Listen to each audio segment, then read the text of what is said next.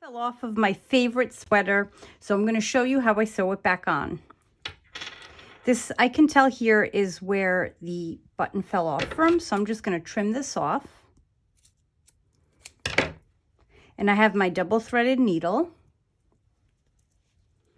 And I'm just going to start from that same spot. I'm going to make a stitch, pull it through,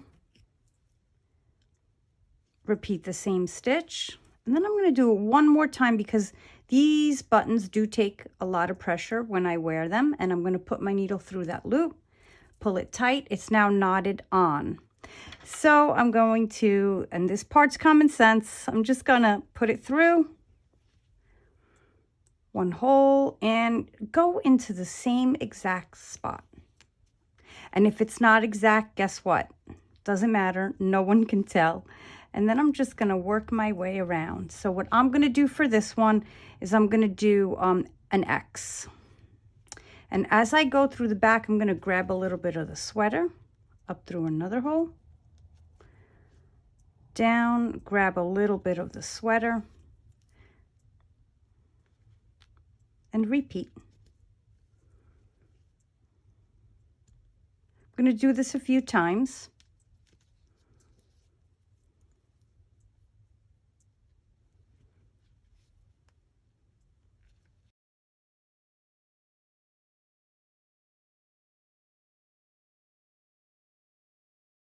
Now that I passed in and through many times, I'm going to just hold my thread and wrap it around under. And then right where I wrapped it around, I'm going to grab a little with the needle, make a stitch. Then as you're pulling, stick it through the loop, and I'm going to do it again. And depending if this button is going to take a lot of pressure, you may want to repeat it like 3 times. Okay, I made a really thick little shaft there, so here we go.